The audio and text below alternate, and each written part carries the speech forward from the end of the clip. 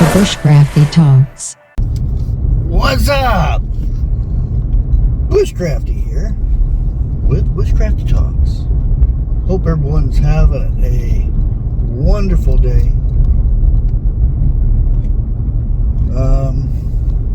I'm out and about again.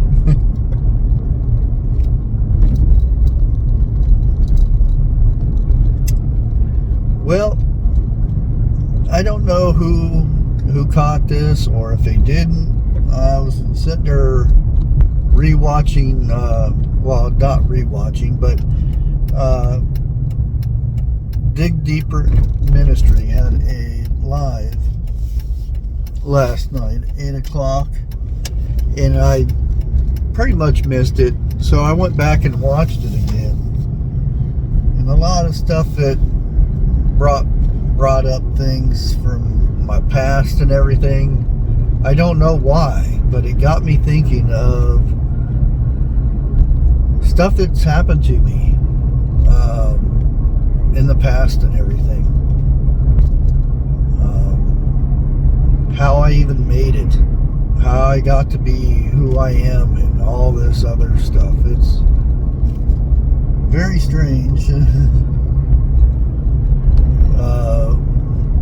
Thinking about this stuff. And when I was younger, I didn't grow up in a normal household. I didn't go to school every day, you know, things like that. It wasn't, I was far from normal.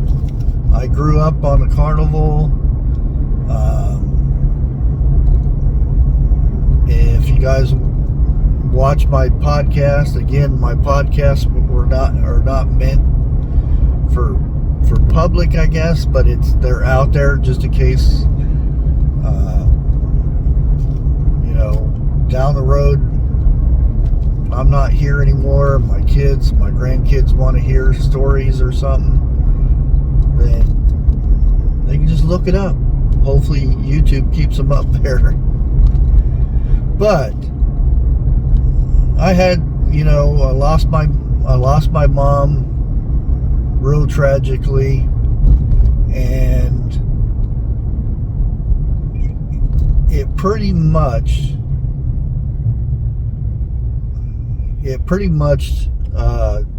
ruined my dad. He become an alcoholic. He's admitted it to me that he was an alcoholic, and he didn't really, you know, he cared, but he didn't care, you know what I mean? So growing up was extremely rough. I know there's people out there that's grown up with parents that's been alcoholics or spouses or anything. They know. But when it's your only parent, and most of the time that parent gets thrown in jail and you're off to your own devices, living your life and whatnot, it's rough. There's been times I lived out in the woods for almost probably 9 months, if not more, which I enjoyed. It seems weird, but I didn't think of it as anything bad. And people are like, how does somebody survive that? And I never thought about it. I really did. Some of the things that I've been through,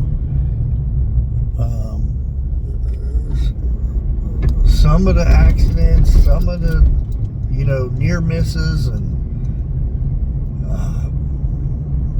having my best friend's part of his skull being busted apart by somebody shooting him in the head, stuck in the side of my face. I still carry the scar of that. mentally and physically.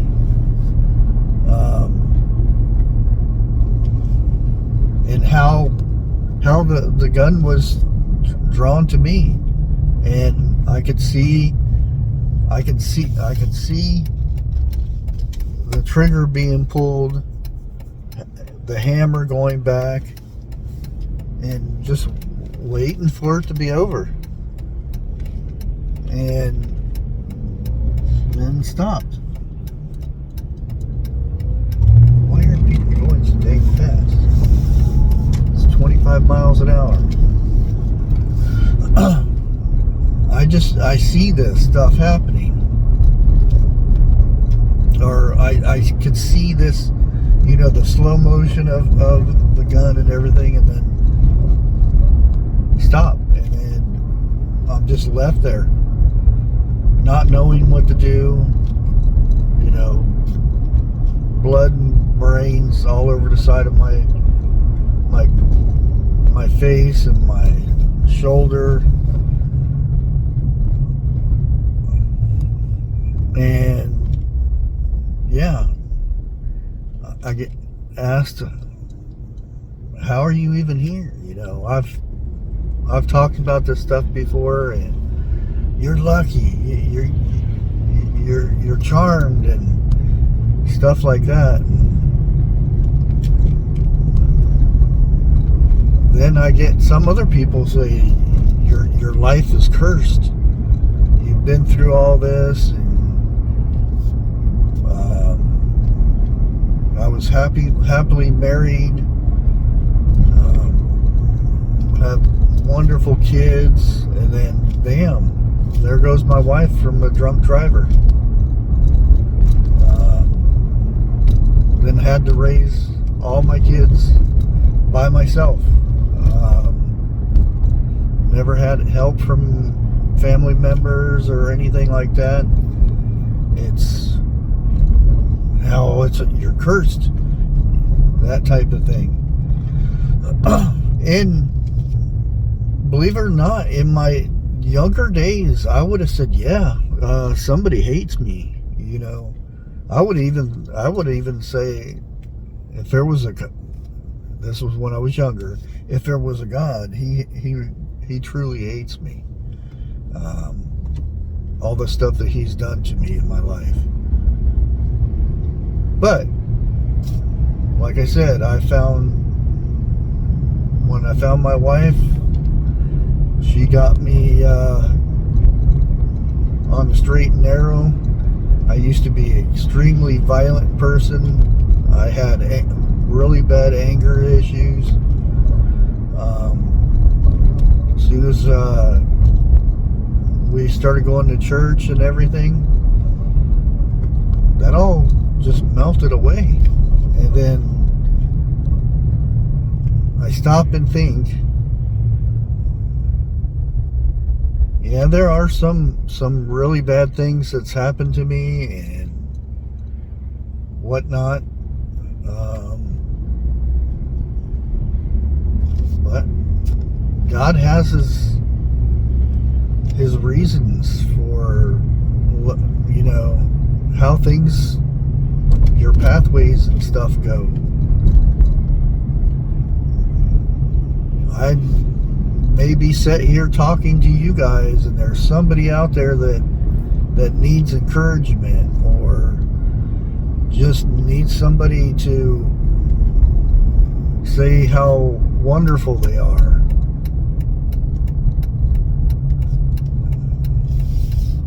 And that might just be my whole meaning of life, is just to be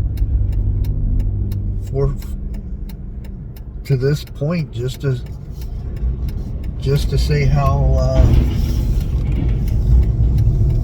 wonderful somebody is, or if I can help them through tough times or something.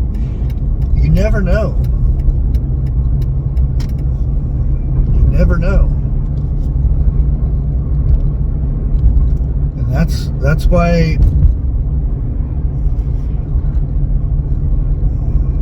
there's people who come close to committing suicide. Oh, I should never said that word. I'll try to beep it out. Anyways, there are people who decide to delete themselves and whatnot. A lot of them that don't succeed will say they regret that decision, be it jumping or, you know, taking pills or whatever. Once they have to fight for their life has meaning all of a sudden. And I've never been that type of a person that ever, as rough as my life has gotten or the bad things that's happened, I have never ever wanted to, you know, delete myself because things have gotten so bad.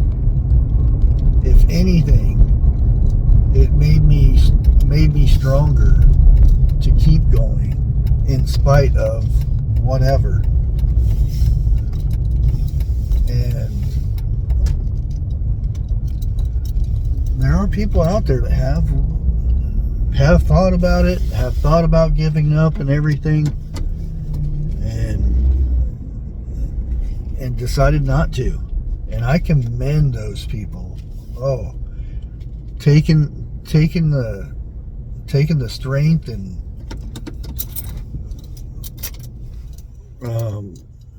determination not to give up. Because if that's anything on this channel that I want to put out there, is never give up. I mean, always fight. Always have that grit in your soul to never give up. Because giving up is so, you know, it's over. It's why? I mean, everyone is special in their own way. I know there are some people that go evil and whatnot, but when you're born with the gift of life, there are so many people that would, you know, change roles with you. There's people that suffer every day through different things. You may think that you have it so hard and so bad.